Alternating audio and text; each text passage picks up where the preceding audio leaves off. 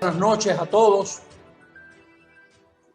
Bienvenidos a esta serie de conferencias sobre historia de la Iglesia Católica durante las edades moderna y contemporánea.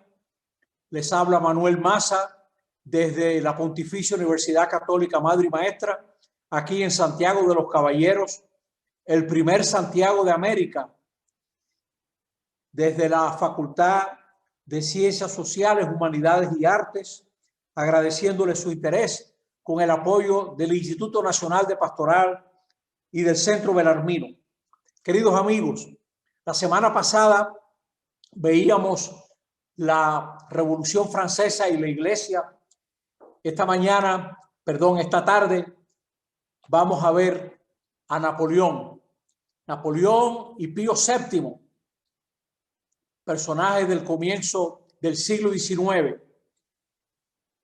Pío VII, sucesor de Pío VI, que murió a manos de las tropas francesas al final del siglo XVIII. Pío VII, que se había mostrado abierto a las nuevas ideas, va a ser el Papa electo para suceder a ese hombre que murió a manos del invasor francés que le secuestró de Italia. Napoleón llega al poder en Francia en lo que se llama el golpe de Estado del 18 Brumario. Como ustedes saben, los franceses le cambiaron el nombre a los meses que recordaban mucho el pasado. Cambiaron las semanas, quitaron los santos, toda la estructura del año, el calendario la alteraron. Y para lo que es el 10 de noviembre de 1799, Napoleón, aliado con Sieyès, con Duclos, con su hermano, el hermano de Napoleón, Lucien, que era militar, capturan el poder. O sea que ellos van a sacar al directorio del poder para fundar un consulado. Había 3 cónsules: Sieyès, que probablemente fue el que inventó el golpe de Estado, Duclos y Napoleón. Sieyès pensaba que él iba a controlar fácilmente a Napoleón Bonaparte. Francia no lo sabe todavía, pero después de 10 años de revolución, Francia ha encontrado de nuevo a su rey, que es Napoleón. Napoleón, como ocurre en muchos procesos revolucionarios, va a concentrar todo el poder. Así había pasado en la Revolución Inglesa contra Carlos I en tiempo de Oliver Cromwell, que se convirtió en Lord Protector. Él fue el que controló todo el poder. Y ahora Napoleón primero empieza como cónsul, luego cónsul vitalicio y ya muy pronto será emperador. Como les decía antes, este golpe estaba preparado por esa figura que escribió aquel folleto de 1789, que es el tercer estado, que empoderó a todo ese tercer estado tan mayoritario en Francia. Ellos se adueñan del Consejo de los 500. Lucien tenía tropas. Dicen que había un soldado detrás de cada delegado en ese Consejo de los 500. El directorio era incapaz de controlar la creciente oposición interna en Francia. Todo el que tenía dinero, los grandes comerciantes, los grandes terratenientes, estaban muy nerviosos porque Francia no acababa de controlar su situación. Internamente había mucha oposición. El directorio tuvo que reprimir varias conspiraciones, la más famosa, la conspiración de los iguales de Babeuf, y luego los ejércitos extranjeros. Francia estaba involucrada en una guerra contra Austria, contra Inglaterra, y no acababa de haber paz. Querían que se llegase a un acuerdo de manera que pudiera haber paz y prosperidad. Francia misma estaba dividida entre los sacerdotes que juraron la Constitución y los que no juraron. Pío VII había sido electo en 1800. Fue un cónclave de 35 cardenales en Venecia. Pío VI había dejado instrucciones para un cónclave en situación de emergencia. y al emperador austríaco, que fue el que financió el cónclave, el que los protegió, se disgustó muchísimo porque habían elegido a un hombre que era un cardenal abierto, que no estaba amarrado a las monarquías ni a las ideas anteriores, diríamos. Era un hombre de una gran apertura, como veremos en esta presentación. Él dijo en un párrafo que vamos a citar esta noche por lo menos 2 veces, dice: esta forma nueva, ¿no?, de gobierno entre ustedes no repugna al evangelio, es decir, lo que era contrario a la monarquía, exige todas las sublimes virtudes que únicamente se aprenden en la escuela de Jesucristo y que practicadas religiosamente entre ustedes incrementan su felicidad y contribuirán a la gloria y el renombre de nuestra república. Sí, mis queridos hermanos y hermanas, sean buenos cristianos y serán, oigan la palabra, excelentes demócratas. Había dicho él en Imola, invadido por las tropas francesas. Este hombre se había atrevido a decir: la iglesia no está amarrada a ningún sistema de gobierno, siendo así que había muchos obispos, cardenales, que pensaban que un católico tenía que ser monárquico, ¿no? Por default, como dicen hoy en día, o sea, por defecto tenía que ser monárquico. Y este hombre se muestra abierto a la nueva forma de gobierno. ¿Cuál era la agenda de Napoleón? Napoleón es el cónsul más importante y tiene delante de sí varios retos. Él le decía a uno de sus generales: negocie con Pío VII como si el Papa dispusiera de 200.000 bayonetas. O sea, Napoleón se daba cuenta que la religión católica era muy importante para los franceses y lo mismo en Europa, era fuente de mucha legitimidad. Napoleón está pensando en una guerra a la larga contra Inglaterra. A la corta tiene que ganar tiempo, dinero y estabilidad. Esto nos va a ayudar a entender la importancia increíble, incluso para nosotros, en esta islita de Napoleón Bonaparte. Él tenía que unir a los franceses, que estaban divididos por motivos religiosos. Tenía que captar fondos, recursos. Nada es más costoso que una guerra. Haití se había rebelado en 1791 y la industria del azúcar estaba por tierra. Napoleón va a pensar en ver cómo él puede hacer que Haití vuelva a producir azúcar, que era un producto que se vendía carísimo. Haití fue la colonia más próspera que tuvo Francia en el siglo XVIII, donde llegaron a acumular 500.000 de esclavos. Lo primero que hace Napoleón es hacer las paces con Austria, quitarse a Austria de arriba. Y luego va a hacer un concordato con el Papa. Vamos a dejar esta pelea de los curas que juraron, los que no juraron, los que están contra la Constitución, los que están a favor. Y luego, oh sorpresa, va a hacer paces con Inglaterra. La paz de Amiens. Con lo cual, todo el mundo ve en Napoleón un hombre, el hombre de la hora, que está trayendo estabilidad, tranquilidad al pueblo francés. Pero Napoleón tiene su agenda. Vamos a ver cuáles fueron las condiciones del Papa y de Napoleón para llegar a un acuerdo. Napoleón le pedía al Papa que hiciera dimitir a los obispos recalcitrantes. Había muchos obispos exiliados que jamás aceptarían el cambio que Napoleón suponía, que jamás aceptarían la Revolución Francesa y sus ideas. Le pedía que el Papa nombre nuevos obispos y que perdonase a los curas juramentados que se habían casado y que hubiera una reconciliación, después pidiendo ellos, por supuesto, el perdón. Por su parte, Pío VII pedía que la religión católica fuera religión de Estado y que el cónsul debía profesar el catolicismo y se suprimieran las leyes y disposiciones contrarias a la Iglesia. Napoleón pedía que los obispos no pasaran de 60 y el cónsul debía tener derecho a nombramiento, es decir, presentarle al Papa a quien consagrar. Los obispos nuevos debían jurar fidelidad al régimen y la Iglesia renunciar a los bienes que había perdido, que el Estado se ocuparía de sustentar al clero y un Consejo de Estado vigilaría el culto público.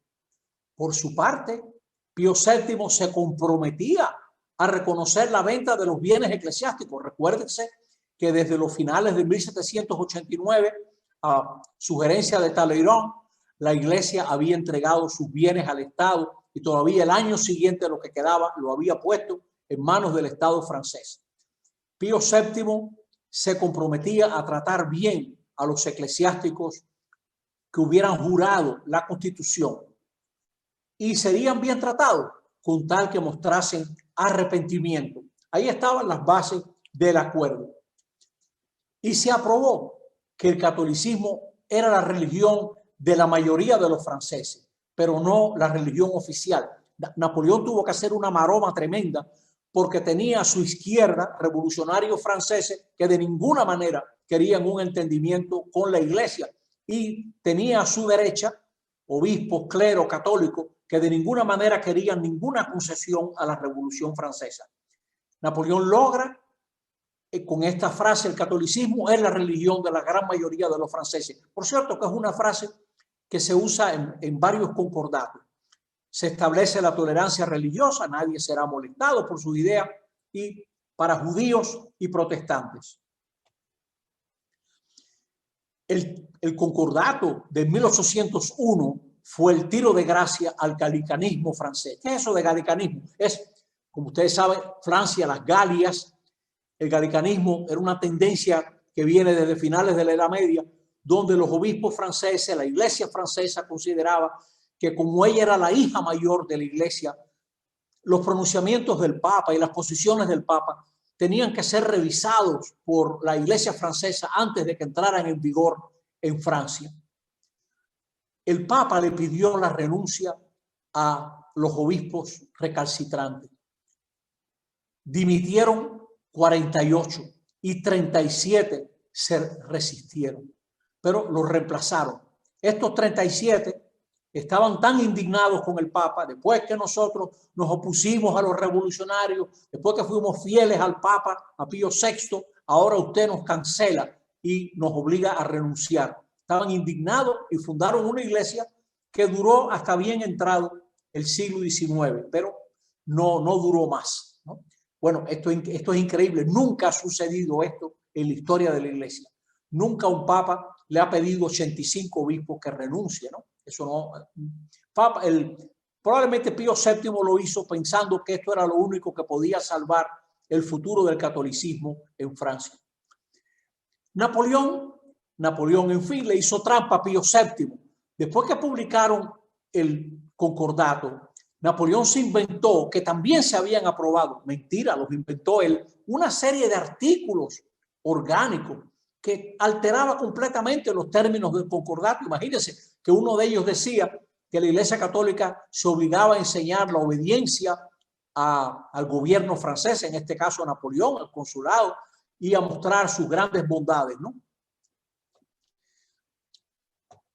Napoleón va a intentar, lo primero que va a intentar después del concordato es recuperar Haití. ¿Por qué? Napoleón necesita dinero. Recordemos que los esclavos se habían rebelado en el verano de 1791.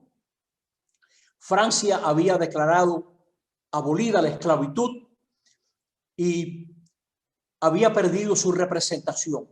Pero en enero de 1801, un esclavo muy inteligente, un hombre con mucha formación, organiza el ejército haitiano, invade Santo Domingo, declara la esclavitud abolida en esta zona oriental de la isla y expulsa a los funcionarios españoles. Por su parte, queda nombrado él mismo, ¿no?, gobernador como ad vitam. Napoleón envía a su amigo Leclerc, que era una persona que él conocía desde que Napoleón había trabajado en una ciudad que estuvo en manos de los ingleses, Toulon, en el sur de Francia.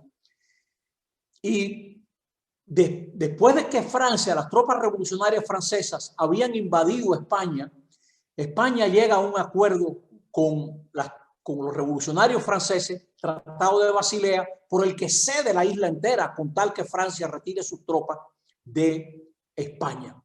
Bueno, pues Leclerc, que estaba casado con una hermana de Napoleón y que había participado en el golpe de Brumario, parte en expedición para Haití y apresan a Toussaint Louverture ya para la primavera de 1802. Va a morir al año siguiente. Y Leclerc, que va a tratar de establecer de nuevo la esclavitud en Haití, fracasa. Fracasa primero porque en aquella época la potencia de fuego de los ejércitos europeos, hasta bien entrado el siglo XIX, era muy escasa, o sea que había que cargar un mosquete que tomaba un tiempo. Los haitianos manejaban como arma el machete, que un haitiano corriente en un corte de caña, para trabajar cada caña casi siempre da por lo menos 3 golpes. Uno para cortarla y va hacia arriba, otro casi al revés con el machete para quitarle las hojas y otro en el medio para trozarla, como dicen aquí, en 2 pedazos. O sea, imagínense la fuerza que tenía esa gente cortando caña. Pues ellos van a enfrentar así a los franceses. Y también las fiebres. Leclerc mismo, yo creo que murió de malaria, ¿no? Y más tarde Dessalines une a negros y mulatos y expulsa a los franceses y va a hacer todo lo que ustedes conocen aquí en el Santo Domingo español. Bueno, fracasó. Napoleón fracasa en Haití. Y por esos mismos días, después de su fracaso, recibe una delegación norteamericana que le pide comprarle los derechos de paso por la ciudad de Nueva Orleans, en la boca del Mississippi, para salir al Golfo. El Mississippi explica mucho la unidad de los Estados Unidos. Es una carretera, así como los Andes dividen a Sudamérica. El que ha visto los Andes se da cuenta de lo que es esa cordillera. El Mississippi es una avenida para comunicar a los Estados Unidos. Y Napoleón le ofrece no solo venderle Nueva Orleans, sino venderle lo que se llamaba la Luisiana. La Luisiana iba desde la boca del Mississippi, subiendo por todos los afluentes del lado occidental del río, el Missouri, y sigue hacia arriba hasta Canadá, entrado Canadá. Lo vendía por 15 millones de dólares, es decir, a 0.07 centavos de dólar por cada 10.000 metros cuadrados, ¿no? Estados Unidos acabó pagando más de 20.000 dólares, 23.000, etcétera, millones, 23 millones, perdón, de dólares, pero adquirió lo que es hoy en día todos estos estados: Arkansas, Missouri, Iowa, Oklahoma, Kansas, Nebraska, Minnesota, etcétera, ¿no? Todos una serie de estados de los Estados Unidos son comprados por nada. Aquí le pongo un mapa para que usted vea lo que compraron los Estados Unidos, desde la boca del Mississippi hasta la frontera con el Canadá. Y esto va a cambiar la historia de los Estados Unidos y va a cambiar la historia del mundo y la historia de los pobres mexicanos también. Todavía otro mapa más claro.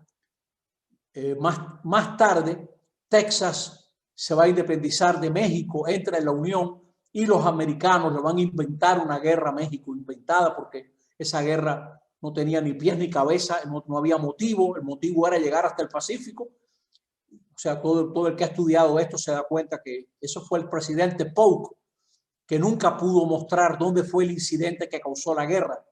Que, por cierto, si le gustan estas anécdotas, hubo un congresista, un representante en el Congreso norteamericano que se atrevió a decir: señor presidente, diga dónde fue el incidente. Yo mismo pienso que fue en tierra mexicana y no hay motivo para esta guerra criminal.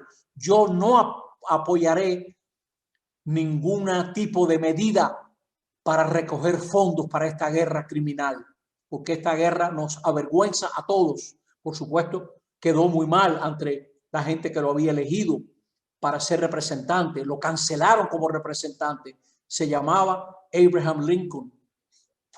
Puede leerlo, que es un hombre bastante decente, ¿no? Bueno, pues ahí tenemos a Napoleón cambiando la historia de los Estados Unidos. Pío VII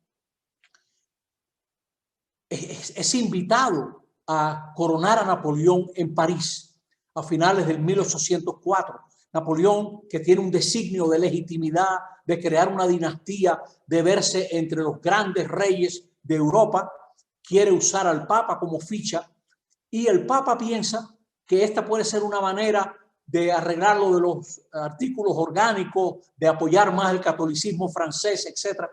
Contrario a los cardenales, varios cardenales le decían: no vaya, que Napoleón no sirve para nada, ese hombre no merece que usted vaya para allá, y esto va a indignar a las cortes europeas. Napoleón era enemigo ciertamente de Austria, de Inglaterra, de los prusianos, de los holandeses, de los españoles, etc. Bueno, Napoleón le quería dar un carácter religioso a su coronación, ¿no? Eso de que le arrebató la corona al Papa, estaba arreglado que iba a ser así, que él mismo se coronaba y coronaba a Josefina también, ¿no? O sea que eso no es problema, ¿no? Tal vez una anécdota lo hizo esperar muchísimo, ¿no? Y Napoleón se le quejó. Napoleón aprovechó para quejarse al Papa de lo ignorante que era el clero francés, y el Papa parece que le respondió una buona parte, ¿no? Como buen italiano. Le dijo, bueno, entonces es su apellido, ¿no? Le dice que le respondió eso.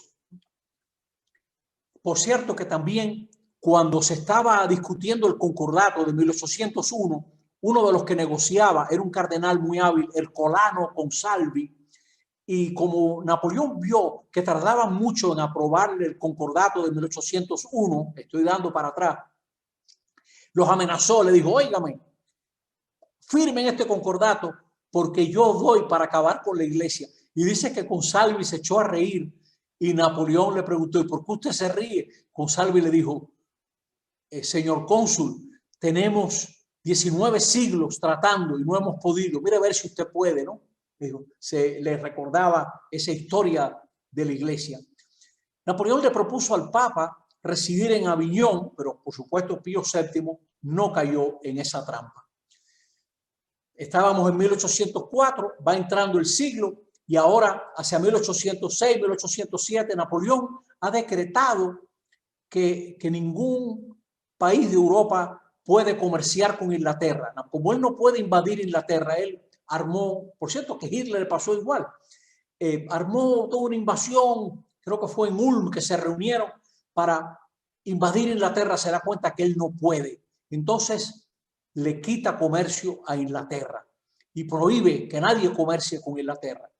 Y cuando ve que el Papa está comerciando, invade Roma, ¿no? Pío VII se negó a cerrar sus puertos y se negaba a reconocer los obispos presentados por Napoleón, hecho que aprovechó Napoleón para invadir, ¿no?, los estados pontificios e Italia, ¿no? Y Napoleón dijo, no puedo tolerar que el Papa comercie con unos herejes ingleses, claro, eran anglicanos, y se entiendan con la iglesia. O sea que ahora Napoleón era más católico que el Papa, ¿no? Y le usa esa excusa para invadir. Le dice a Pío VII, su santidad es soberano de Roma, pero yo soy el emperador, todos mis enemigos sean los suyos, ¿no? Y Pío VII, un pastor universal, debe ser neutral, ¿no? El Papa excomulgó a Napoleón, pero Napoleón ni se dio por enterado, ¿no? No le molestó. ¿Cómo fue la prisión del Papa? Irrumpen las tropas en el palacio de Quirinal y amenazan a Pío VII. Y Pío VII dice que dijo, señor, un soberano que no tiene de qué vivir más que con una corona al día, no es un hombre que se deja intimidar fácilmente, ¿no? Y meten preso al Papa, que debe acompañar a las tropas francesas. El general le pidió que renunciara a los estados pontificios. Napoleón tenía la idea de que él iba a crear como varios estados en Italia. Y cuando el general Radet le pide al Papa que renuncie, dice que le dijo en italiano, non possiamo, non dobbiamo, non vogliamo, ¿no? No podemos, no debemos, no queremos. Y por si acaso el Papa mandó destruir su anillo con el que sellaba los documentos. No tocó el dinero que le ofrecía Napoleón, ni tampoco aceptó nombrar obispos que Napoleón proponía.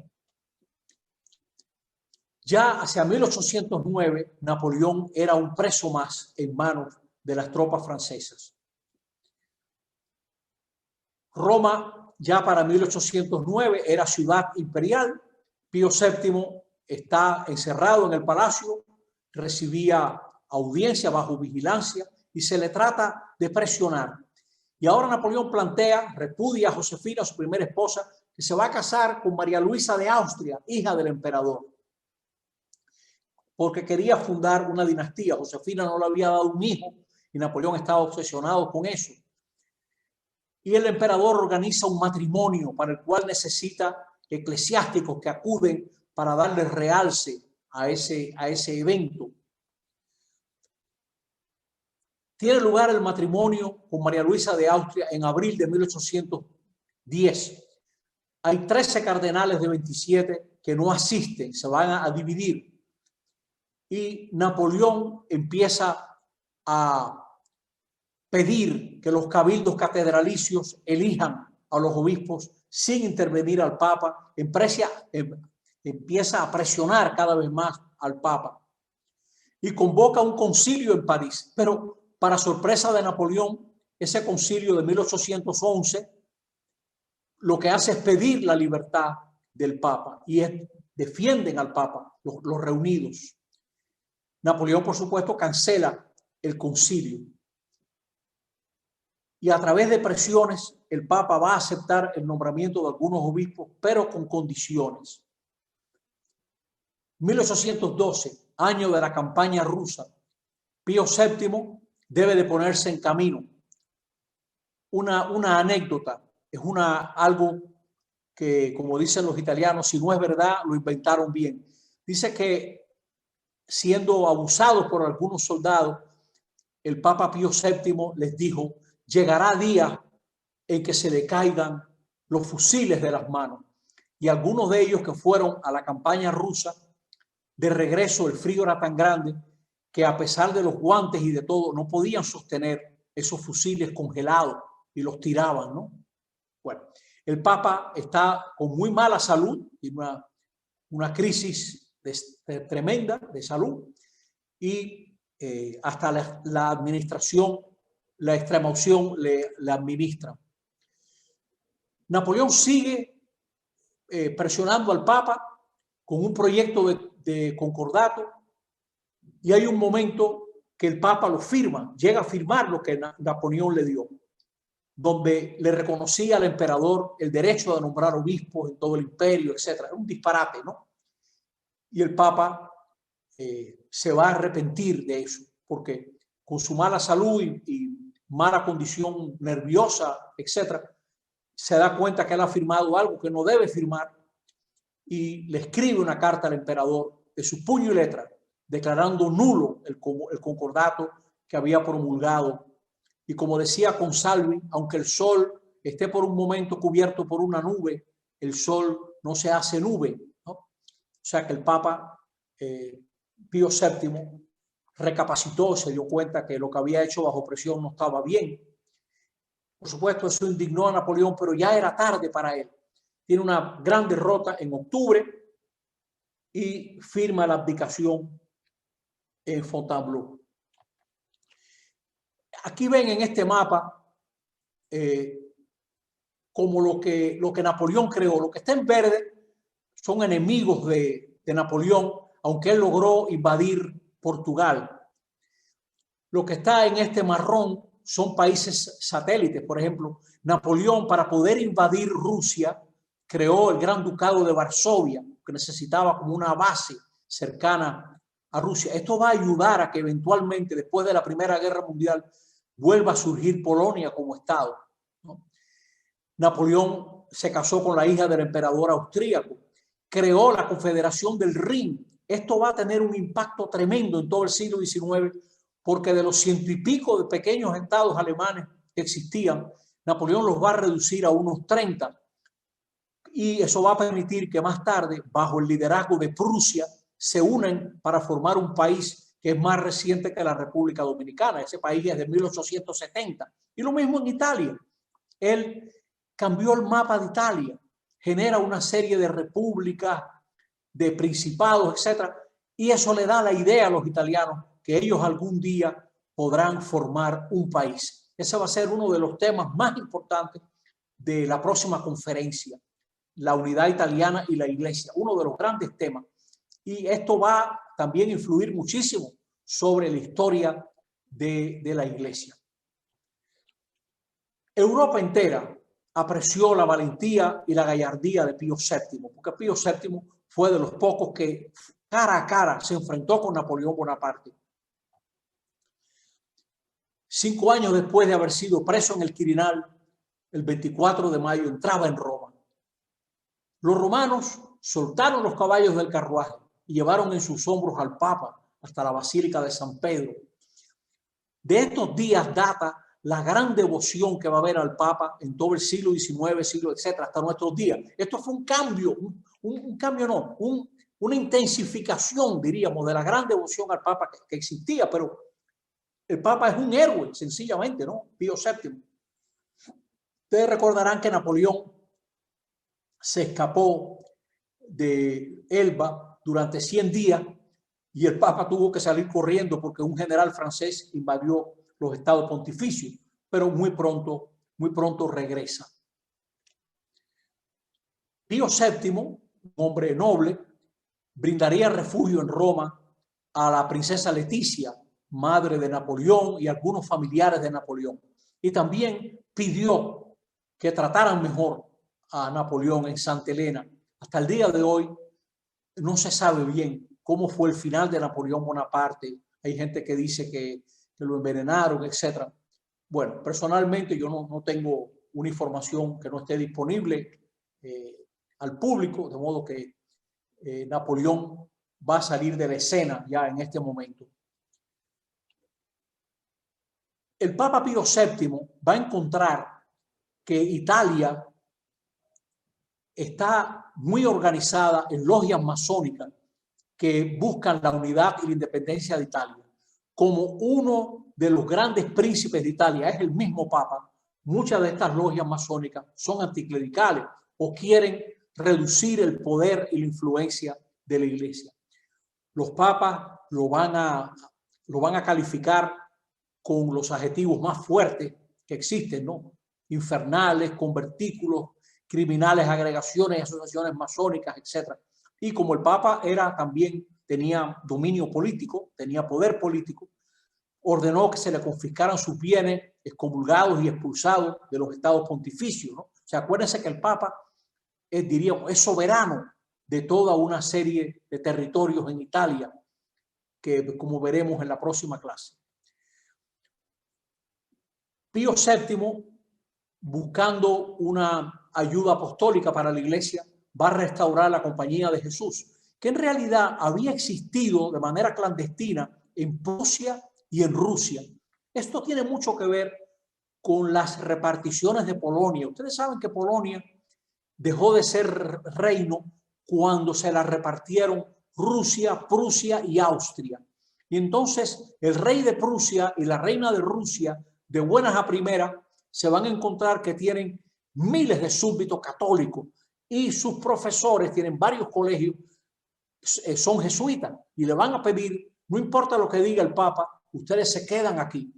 Y como Pío VI sabía que Clemente XIV, que era el que suprimió la compañía, había actuado bajo presión, va a permitir que los jesuitas sigan, ¿no? Sobre todo en Rusia, ¿no? Va a permitir que sigan. Incluso van a abrir un noviciado más adelante, cosa que espantó a Carlos III y sucesores, Carlos IV, etc. No querían que la compañía tuviera futuro, pero gracias a estos dos monarcas. Hay una anécdota bonita de uno de estos filósofos franceses, yo creo que fue D'Alembert, que le escribe, era amigo del rey de Prusia, y le escribe una carta diciendo: óigame, mire usted qué cosas están ocurriendo. Esto era en el siglo XVIII, antes de que suprimieran la compañía. La compañía fue suprimida en 1773. Antes había sido suprimida en Portugal, en Francia, en España. Y entonces D'Alembert le dice al rey de Prusia: mire usted qué tiempos vivimos. Su apostólica majestad, el rey de Portugal, su cristianísima majestad, el rey de Francia, el rey católico de España, suprimen a los jesuitas. Y usted, que es un recontrahereje, y la otra, que es una cismática, lo protegen. ¿Qué tiempos estamos viviendo, ¿no? Verdaderamente era un hombre cómico, ¿no? Bueno, vamos a hablar un poquito, algún día a lo mejor daremos una serie de charlas sobre la iglesia en América, pero vamos a decir algo porque no se puede pasar por alto este tema. Pío VII tuvo que ver con la independencia de la América hispana. Bueno, cuando Napoleón invade España para atacar Portugal en 1808, va a causar que tanto México y Centroamérica, Venezuela, Colombia, Ecuador, Perú, lo que es Perú hoy en día, Chile y lo que era el Virreinato de la Plata, o sea que Argentina, Paraguay, Bolivia, ¿no? Y más tarde también Uruguay, se rebelen contra los franceses que han invadido España. Y más tarde, cuando Fernando VII recobra el trono, ellos no van a aceptar la soberanía española. Por ejemplo, Hidalgo, ¿no? El cura Hidalgo, que se levantó contra España en armas, fue condenado por la iglesia como un hereje, apóstata y cismático. El obispo de México lo llamaba ateo y pequeño Mahoma, ¿no? Que es una de las figuras emblemáticas, ¿no? contra todo lo que fue el catolicismo español, ¿no? El arzobispo Francisco Javier de Lizana. Los revolucionarios y los que los sigan van para el infierno, ¿no? Hay que negarle los sacramentos a los insurrectos, etc. El obispo de Oaxaca, Dios está con Fernando y los españoles, y hasta organizó una milicia de clérigos y laicos para defender nuestra santa y justa. Eran gente que le había jurado lealtad a Fernando VII y confundía religión con monarquía, ¿no? Y más tarde el sacerdote también José María Morelos Pavón, que fue fusilado, fue condenado por la Inquisición como hereje formal, negativo y fautor de herejía, ¿no? O sea que la iglesia jerárquica en ese momento tuvo un papel muy fuerte contra el alzamiento contra España, siendo así también que hubo decenas de sacerdotes. Ya hacia 1815 ya había habido más de 100 sacerdotes mexicanos fusilados por alzarse contra España. El Papa Pío VII, en una encíclica que se llama Etsi Longissimo Terrarum, ataca a los que se rebelan contra el rey. Ese escrito se lo hicieron en 8 días, le arman su encíclica. Y hasta el mismo Consalvi pensaba que la revolución y el alzamiento era muy peligroso.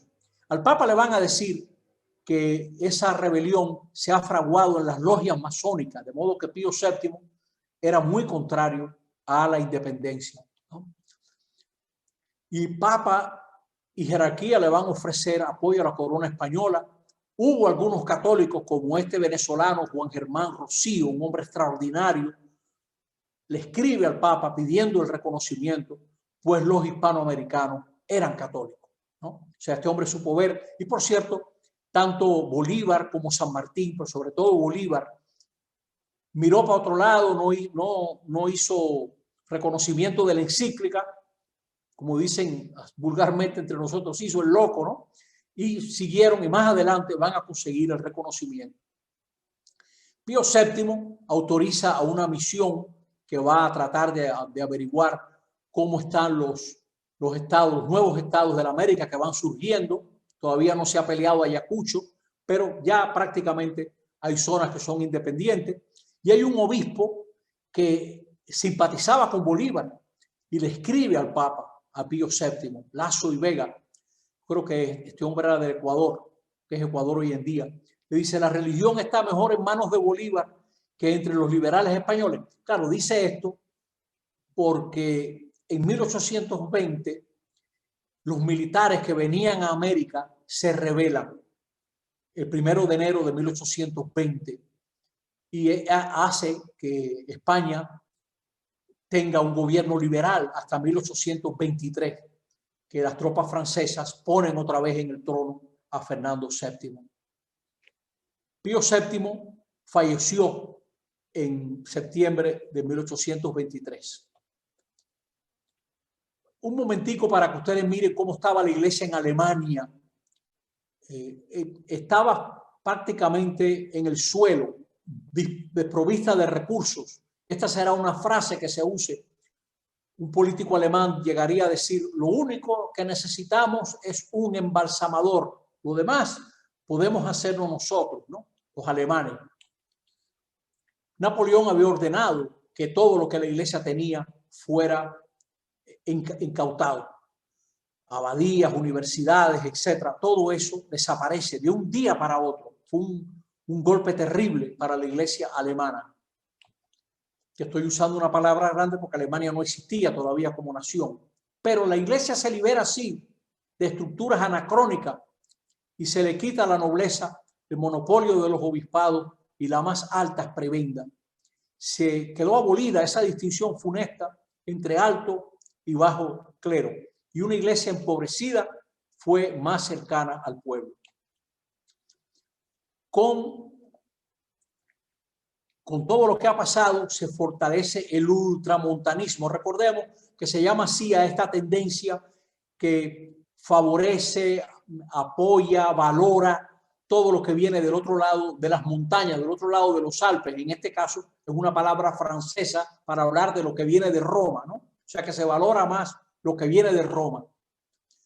Usted tiene escritores como Joseph de Maistre, que escribe Du Pape en 1809. Fíjense el razonamiento de este hombre.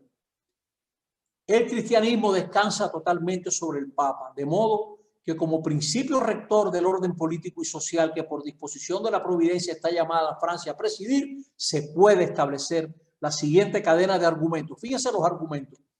No hay moral pública ni carácter nacional sin religión. No hay religión europea sin cristianismo. No hay cristianismo sin catolicismo. No hay catolicismo sin papa. No hay papa sin la soberanía que le es propia. Aquí está anunciada la próxima conferencia, porque le querían quitar al papa. El papa era dueño del centro de Italia y un poquito hacia el norte también. Tenía amplios territorios en Italia. Y ya empieza la batalla por defender al papa, y no será papa si le quitan esos territorios. No puede haber sociedad humana sin gobierno, ni gobierno sin soberanía, ni soberanía sin infalibilidad. Y este último privilegio es tan absolutamente necesario que no hay más remedio que postular la infalibilidad, incluso para las soberanías temporales, allí donde no se dé, si no se quiere correr el riesgo de la disolución del orden social. Esta Europa había pasado tanto desorden desde aquella primavera de 1789, que muchos ahora, en 1819, 1820, muchos católicos, muchos intelectuales ven el recurso al autoritarismo, diríamos, ¿no? Ante una sociedad que todo lo había cuestionado, un papa infalible, que no se había definido eso todavía, parecería ser el mejor remedio para los excesos de la razón, la revolución, las libertades y las críticas heredadas de la Ilustración. ¿Qué retos enfrentaba entonces la Iglesia al desaparecer Napoleón de la escena política europea? Bueno, uno de ellos, abrirse a las nuevas tendencias o volver al régimen anterior a la Revolución Francesa. Muerto Pío VII, que era un hombre abierto, eligen a León XII, León XII. Era un conservador militante, un celante, uno de los celanti, contrario al aperturismo y al cardenal Consalvi. Lo primero que hizo cuando llegó de papa fue cancelar a Consalvi. Dice: no ceso de recordar que la revolución, tanto en el campo político como en lo moral, este es Consalvi hablando, ha sido como el diluvio en el físico, cambiando completamente la tierra, de forma que decir esto o aquello no se hacía antes, que no se debe cambiar nada y cosas semejantes, son errores gravísimos, decía Consalvi. Consalvi era un hombre inteligentísimo, que se daba cuenta que había cosas que no tendrían marcha atrás. Entonces dice: señores, nos están dando la ocasión de renovar la iglesia, de renovar las estructuras. Vamos a reconstruir ahora que todo parece destruido, ¿no? tenemos una ocasión maravillosa, maravillosa. Nosotros, aunque esto sea referirme a algo, a veces el mundo vive crisis enormes, es verdad, pero es también una oportunidad. Y él veía en esto que estaba ocurriendo una gran oportunidad. Consalvi quería disociar la reconstrucción religiosa de la contrarrevolución política. Es decir, él no creía en esa unión entre el trono y el altar. Y este papa nuevo, que había recibido la extremaunción 17 veces, incluso durante la ceremonia de elevación al papado, ¿no? Lo primero que hizo, canceló a Consalvi y nombra secretario de Estado a un ancianito de 80 años, ¿no? Muchos eclesiásticos, luego de 1814, aspiraban a vivir como si la Revolución Francesa y Napoleón nunca hubiesen existido, ¿no? Y Consalvi decía, señor, esto es un error, hay cosas que no tienen vuelta atrás, ¿no? El Papa pidió que se castigara con la prisión a quien no cumpliera con el precepto pascual, incluso aunque fuera extranjero residente en Roma. Va a enfrentar a los patriotas italianos que se van a agrupar cada vez más en sociedades secretas, por ejemplo, los carbonarios. Y hay momentos en que apresa a decenas de ellos y los condena a trabajo forzado. Recordemos que el Papa es soberano en el centro de Italia. Restableció a muchos aristócratas en sus cargos en los territorios pontificios. Detuvo el que laicos empezaran a ocupar puestos importantes. Consalvi quería que había ya funciones que la desempeñaran no los curas, sino los laicos. Obligó a los judíos a vivir en guetos, pero viéndose desbordado por los acontecimientos, le pidió consejo a Consalvi y escuchó a Lamennais decirle, sea un poder espiritual, no territorial ni político. Lamennais era un sacerdote francés muy visionario, no volverá a aparecer en estas conferencias. Hablemos de León XII y la independencia de la América hispana. A menos de 3 meses de la batalla de Ayacucho, todavía el Papa publica otra encíclica defendiendo al rey de España, a Fernando VII. De nuevo será ignorada por gente como Bolívar, etc. Se hicieron los locos, como si el Papa no hubiera dicho nada. Hoy en día sabemos, gracias a un estudio en los archivos vaticanos del gran Leturia, que fue un gran profesor de la Gregoriana, profesor de historia eclesiástica, un hombre brillante, pues el Leturia encontró que el borrador de la encíclica se lo había dado el embajador de España al Papa, ¿no? Entonces, la encíclica le pide a cada obispo de América Latina esclarecer ante vuestra grey las augustas, distinguidas cualidades que caracterizan a nuestro amado Hijo en Cristo Fernando, Rey católico de las Españas, y con aquel celo que es debido exponéis a la consideración de todos los ilustres y inaccesibles méritos de aquellos españoles residentes en Europa que han acreditado su lealtad siempre constante con el sacrificio de sus intereses y de sus vidas en obsequio y defensa de la religión y de la potestad legítima. El Papa decía esto porque Fernando VII se opuso a la masonería y se opuso a muchos liberales, pero no era ejemplo de nada este señor.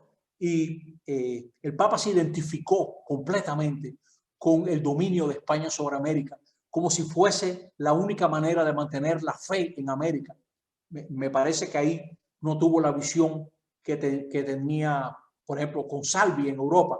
Que Consalvi respecto de América, a mi entender, también tenía el mismo pensamiento que el Papa. Hay sacerdotes e intelectuales de América que explicaron la carta del Papa, ¿no? Cuando León XII publica su encíclica, Servando Teresa de Mier, un gran intelectual mexicano, dice, esto que nos pasa a nosotros ahora pasó en la diócesis de Imola, y había fanáticos que pensaban que la democracia era contraria a la religión, que el gobierno republicano era contrario a la religión. Y dice Servando Teresa de Mier, la forma de gobierno republicano popular es más conforme al evangelio, como fundada en las mismas bases de libertad razonable, igualdad y fraternidad. Fíjate, este hombre, cómo piensa, qué pensamiento tan interesante, ¿no? Dice, así sea, Y así habla un obispo que no había sido engañado por reyes. Guárdense de estos paisanos míos, pero tampoco os durmáis sobre las maniobras de la corte de Roma. Lean la historia eclesiástica y hallaréis que no los ha servido sino demasiado y demasiado. Es justo obedecer al jefe de la iglesia, pero solo en lo espiritual, límite de su esfera. Y aún sobre esto mismo vuestra obediencia debe ser razonable, como dice el apóstol. Entonces cita a San Pablo, sea su ofrenda razonable. Alerta pues, mexicanos, alerta, no olviden jamás que a título de una bula se ahogó en sangre toda América, perecieron al filo de la espada entre llamas y todo género de tormentos atroces, millones y millones de inocentes americanos, y el resto ha sido esclavo 300 años. Acordaos siempre de la carnicería y el tiempo y los trabajos que os ha costado libertarnos, ¿no? Es curioso cómo todavía en esta época americano se refiere a todo el que haya nacido en las Américas, ¿no? Hermosa palabra, ¿no? Que hoy en día no tendríamos que explicar mucho, tristemente, ¿no? Pues finalmente, en esta década, 1827, León XII preconiza candidatos para la sede de Gran Colombia, asegurándole a Fernando VII. Eso no significa que yo reconozca los nuevos estados que están surgiendo, independientes de España, ¿no? Eso no significa eso, pero lo hizo, o sea que ya pronto van a tener obispos, ¿no?